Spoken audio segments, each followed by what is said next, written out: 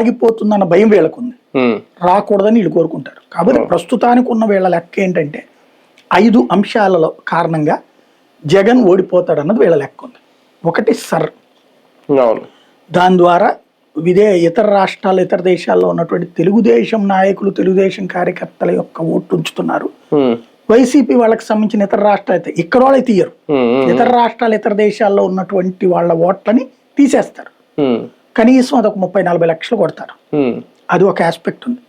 రెండోది వచ్చేటప్పటికి మన చేతిలో ఉన్న మీడియా, సోషల్ మీడియా, వీటి ద్వారా రాజధానికి వ్యతిరేకం, ఇతను వస్తే నాశనం అనేటటువంటిది ఆ ఎకో సిస్టమ్ ప్రాపగాండా నడుస్తుంటది.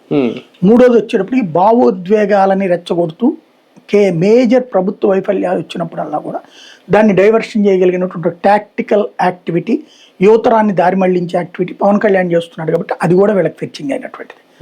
నాలుగోది వచ్చేటప్పటికి కూటమిగానే ఉంటారు, బలంగానే ఉంటారు కాబట్టి గ్యారంటీ విజయం సాధిస్తామని. ఇంకోటి సంక్షేమ పథకాలని ఇప్పుడు మ్యాక్సిమం ఆపేశారు, పరిమితంగా నడిపిస్తున్నారు.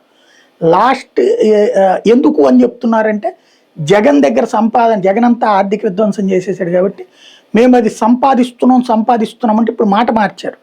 సంపాదన పెంచామని. సంపాదన పెంచినప్పుడు డబ్బులు ఇయ్యని అడుగుతాం కదా. లాస్ట్ ఇయర్ సంక్షేమ పథకాలన్నీ ఇస్తారు, ఇచ్చి ఇది జగన్ వస్తే నాశనం చేస్తాడు, మేము వస్తే కొనసాగిస్తామంటారు.